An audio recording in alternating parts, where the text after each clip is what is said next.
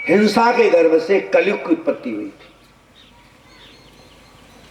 कलयुग का पिता कौन है? क्रोध है। और माता जी कौन है? हिंसा। हिंसा के गर्भ से कलयुग का जन्म हुआ था। तत्कथिता महाभागो यदि कृष्णथाश्रय। शौनकादि महर्षि कहते हैं इस कथा को तो आप विस्तार से सुनाइए। जो कथा भगवान और भक्त से संबंधित होती है वो कथा हमको बड़ी प्रिय होती है। कि मन्ये रसदालापई रायशो यदि सद्व्याह। और भी गायन होता है, लोकगीत होते, कव्वाली होती, किसाएं होती, लेकिन उससे होता क्या? व्यर्थ आयु संते तीन रहेगा मीनम। उनके कहने और सुनने से व्यर्थ आयु क्षयस्यन्ते, आयु क्षीण होती है। कई लोग राही करते हैं, रात रात जागते हैं, नाचते हैं, लोकगीत गाते हैं। शौनकादि महर्षि कह रहे हैं इससे आयु क्षीण होती है। क्षुद्राशाम नाम मृत्यान मृत्युश्चिराम।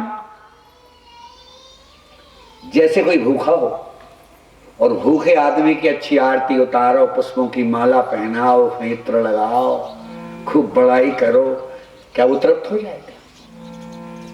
ऐसी तो ये आत्मा है,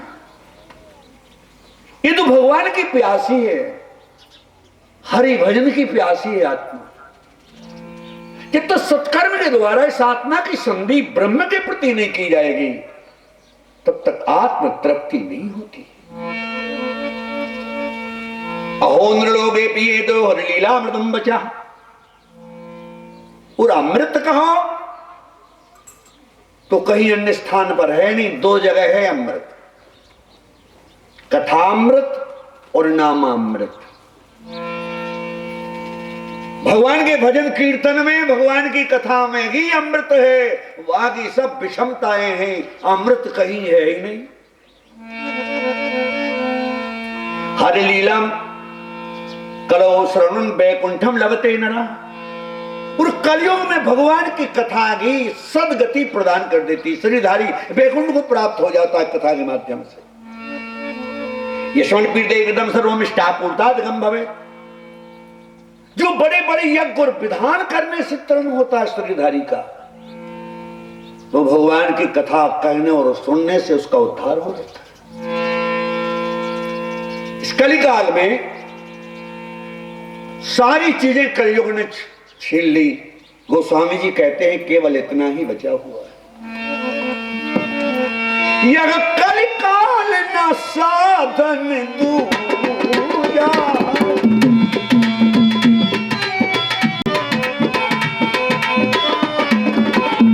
यह कलिकाल न साधन दूजा,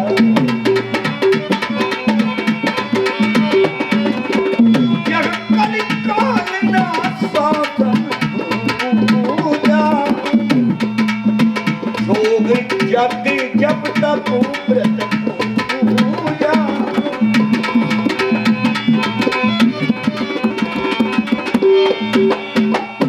सारे साधन छीन लिए कलयुग में।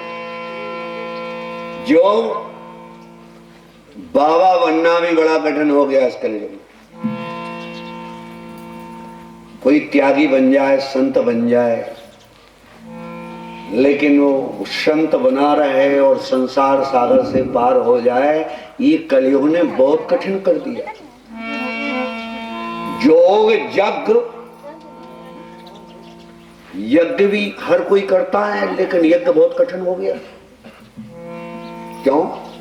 अन्नहीनम दहेद राष्ट्रम मंत्रहीनास्तु ऋत्वजो दातारम दक्षिणाहीनम नास्ति यज्ञ समो रिपु। नर्मदा पुराण का श्लोक है। जिस यज्ञ में अन्न की कमी रहती है, अतिथि स्वागत की, तो दहेद राष्ट्रम, एक जगह यज्ञ होगा, हानि पूरे राष्ट्र को होगी। अन्नहीनम दहेद राष्ट्रम। और मंत्रहीनास्त्र ऋत्वजौ, यदि ऋत्वज गण आचार्य लोग यदि मंत्रों को शुद्ध उच्चारण नहीं करते तो यज्ञ कराने वाला भी आयु क्षीण होता है और मंत्र उच्चारण करने वालों का भी तेज क्षीण होता है। मंत्रहीनास्त्र ऋत्वजौ और दातारम दक्षिणामीनम, जो यजमान बन जाए और अपनी तरफ से यदि दान देने में कंजूसी करता है तो नास्ति यज्ञ समो रिपु, तो उसको यज्ञ विशाल महान शत्रु बन जाता है। स्वर्ग की तरफ को नरक जाना पड़ता। कलिकाल में यज्ञ भी कठिन हो गया, यज्ञ भी कठिन हो गया। शिलो रखिए। मनुआ फिरते बाजार में सोचा वो,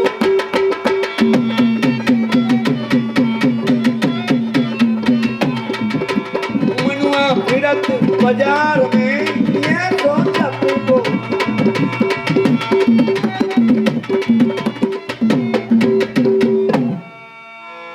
माला चल रही है, यहां मन यात्रा कर रहा है।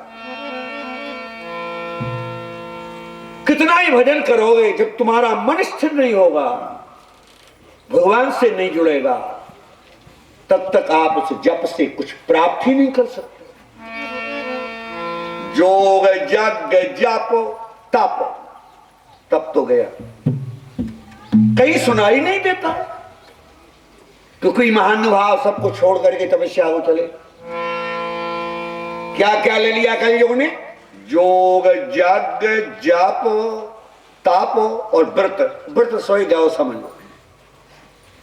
कई लोग जब भोजनों को बैठते हैं बिहारी में, कहते रहने दो आप, तो दूसरे याद दिलाते और ले ले कल उपास रहने हैं तो कह रहे तो दो ले दिया। कल के उपास में दो और जुड़ रही हैं आज।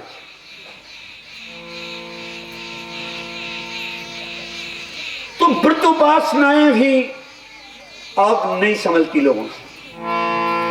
बड़ी तैयारी होती है जहां व्रत करते हैं लोग, बड़ी तैयारी होती है, बड़े बड़े मिष्ठान बनाए जाते हैं, तस्मई काजू किशमिश। अरे जब हम व्रते नहीं रहते हैं तो एक बार पा लेते हैं, और जो उपास ही रहते हैं तो सारे दिन फलाहार करते। तो योग यज्ञ जप तप व्रत और पूजा, पूजा सोई गई। शायद कोई ऐसा महानुभाव होगा जो स्नान करके आसन पर बैठ करके और भगवान की पूजन करता था। भगवान की पूजा घर की देवियां करती, भगवान तो उनसे लगे। दुनिया के सब काम तो महानुभाव करते हैं, अब पूजा करती हैं देवियां, इसलिए तो भगवान उनको सुख देता है। जो उनकी पूजा करत है वे उनको पूजा उठे, और जो पूजा नहीं कर रहा है वो सब कुछ होते ही एक न एक कमी उनके बनी रहती। ये कवि कहता है, ए पूजा कबौ न छाड़िए, जा पूजा सबई पूजा है।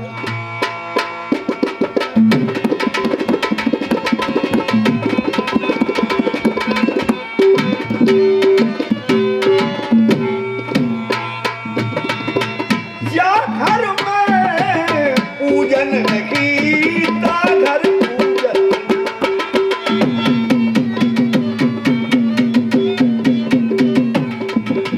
जा घर में पूजन लगी ता घर पूजन।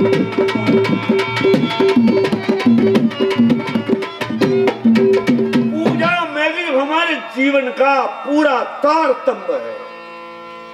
हम भगवान को स्नान कराते हैं पंचामृत से, भगवान को इत्र लगाते हैं, भगवान को चंदन लगाते हैं, भगवान को धूप दीप देते हैं, नैवेद्य अर्पित करते हैं, भगवान को वस्त्र चढ़ाते हैं, उनका वस्त्र आपको मालूम है कैसा है? वैवस्वत नाम के मनु जब तपस्या करने को गए तो उनने सोचा भगवान तो विराट महापुरुष हैं, उनके कौन से स्वरूप का चिंतन करूं। तो जब चिंतन किया तो भगवान का पीतांबर ध्यान में आ जाता, और जब पीतांबर का ध्यान किया तो भगवान ने उन्हें करुणा दी। उन्हीं वैवस्वत नाम के मनु का नाम सूर्य हुआ, जिन्होंने उनके दिव्य पीतांबर का ध्यान किया तो भगवान ने उनको करुणा दी। तो वो कैसा पीतांबर होगा? वो आपके वस्त्र के भूखे नहीं। भगवान को हम दूध का भोग लगाते, ये दूध आपको कहां से मिला? क्षीर सागर के तट के ऊपर सोकर भगवान गौ के द्वारा, मां के द्वारा दूध देकर के अपना पालन करते। जो क्षीर सागर से सप्लाई कर रहे हैं दूध की, प्राणी मात्र का पालन हो रहा है, उनको हमने यदि 50 ग्राम दूध का भोग लगा दिया तो क्या कर दिया? भगवान को हमने द्रव्य चढ़ा दी। लक्ष्मी उनके चरणों की सेवा करती, फिर क्यों करते हो? जो ईश्वर के निमित्त किया जाता है वो जीव को अनंत गुना होकर के प्राप्त होता है। हमारे कल्याण को, हमारे सुख के लिए, हमारी समृद्धता के लिए हम भगवान का पूजन करते हैं। यदि हम उनकी आरती उतारत हैं तो हमारी आरती उतरती रहती। भगवान को नाना प्रकार के प्रसादी नैवेद्य अर्पित करते, हमारे घर में कभी कोई कमी नहीं रहती। हम भगवान की सेवा करते तो हमारे सेवक हमारे पीछे बढ़ते ही रहते।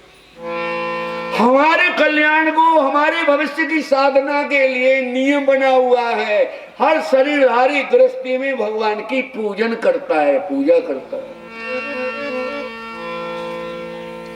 दान की एक ही विशेषता है, दिया है तो पाओ। यदि आपने तपस्या की है, भजन किया है, उपासनाएं की है, तो अच्छे कुल में जन्म हो सकता है, अच्छे बुद्धिमान हो सकते हो, अच्छा स्वरूप हो सकता है। लेकिन धन चाहिए तो धन उसी को मिलेगा जिसने दान दिया, जो देकर आया है उसी को मिलेगा। इसलिए परंपरा हमारे देश में दान की विशेषता है। कहने बजे दीने दान करे कल्याण। तो ये सारी विशेषताएं हमारे कल्याण के लिए होती, लेकिन लोग पूजा में बड़ा आलस होता है, पूजा नहीं करते। घर घर में पूजा करो, भगवान से जुड़ो। अब पूजा से क्या मिलता है?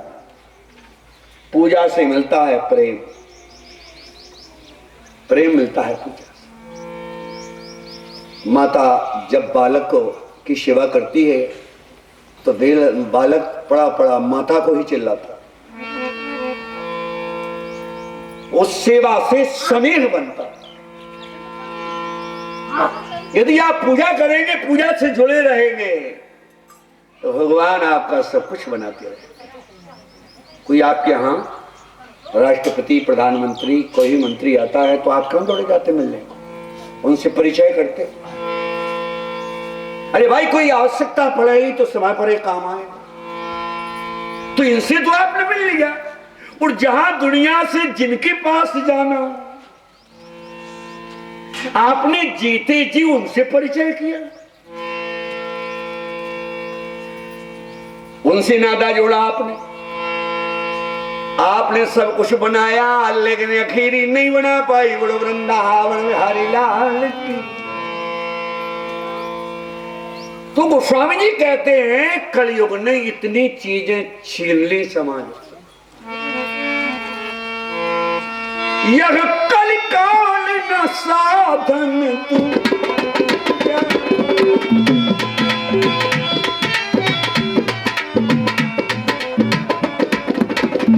जोग जति जब तक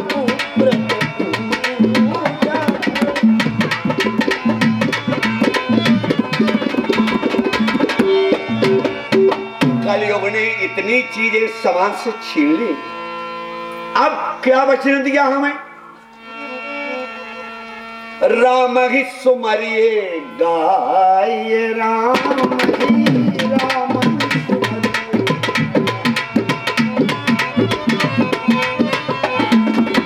राम ही सुमरिए गाये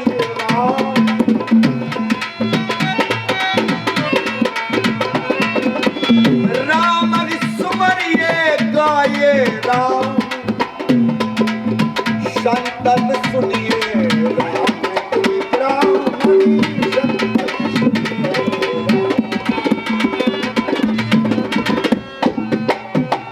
राम ही सुमरिए। कहीं भी रहो, जहां भगवान ने भेजा है, जिस लिए भेजा है, वो अपने कार्य को करिए, संभालिए, लेकिन राम ही सुमरिए। अपने घर के काम करने में और भजन करने में बहुत कुछ बन जाता है। तुम्हारा कार्य ही तुम्हारा भजन हो जाता है, और उस कार्य में ही परम सिद्धि प्राप्त होती। उसी कार्य में भी ईश्वर का सहयोग होता है।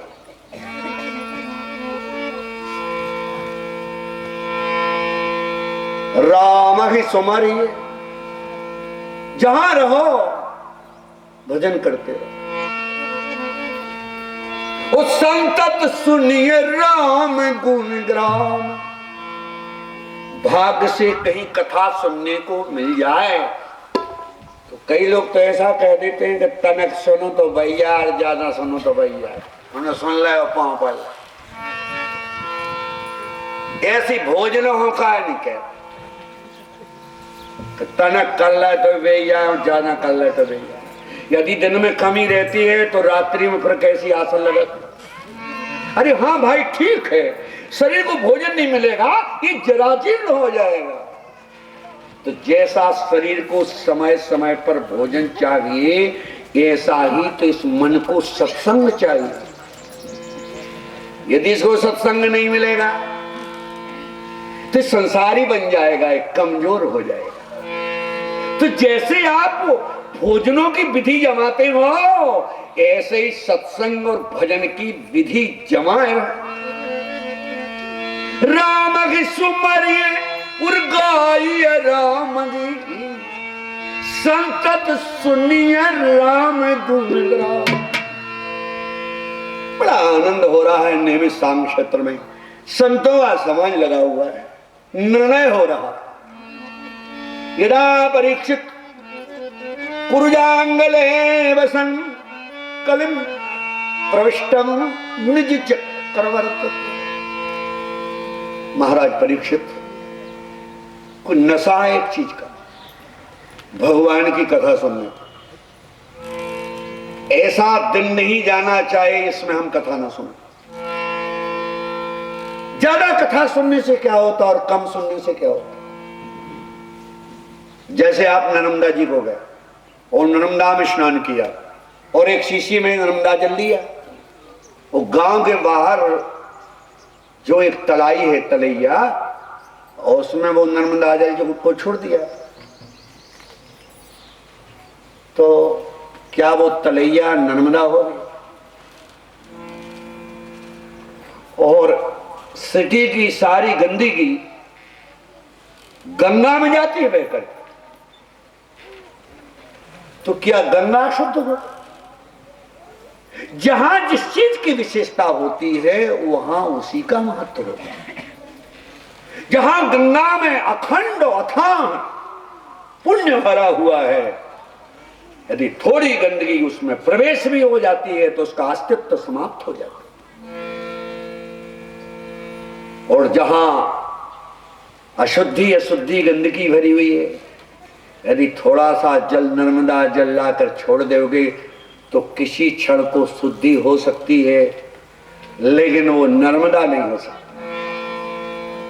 तो जब हम सत्संग करते रहेंगे, भगवान के चरणों में मन लगा रहेंगे, कीर्तन करते रहेंगे, और जब भजन का प्रवाह हृदय में बढ़ जाएगा, यदि थोड़ी हमारे अंदर विषमता प्रवेश होगी तो उस भजन के प्रभाव से वो विषमता का अंत हो जाएगा।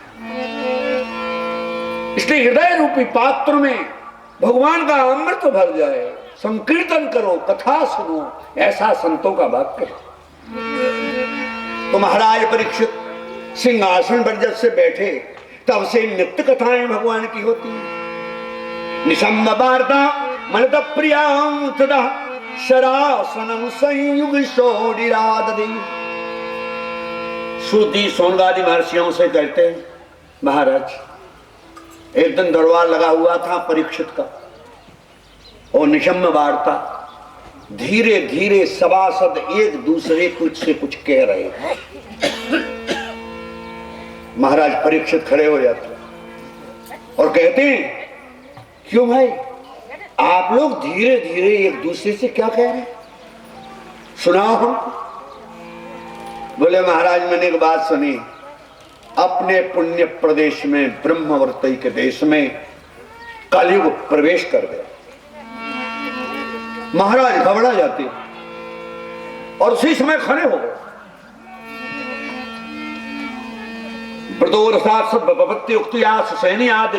निर्गता, बोले चतुरंगी सेना तैयार करो, मैं कलयुग का सामना करूंगा। बड़े पुण्य प्रदेश में ब्रह्मवर्ती के देश में, गंगा नर्मदा वाले देश में,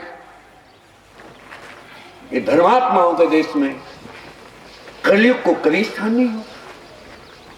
महाराज ने चतुरंगी सेना सजा ली और दिग्विजय यात्रा करके कलयुग पर चढ़ाई करके भद्रास केतुमालम चो भारतम चोत्रान करुण।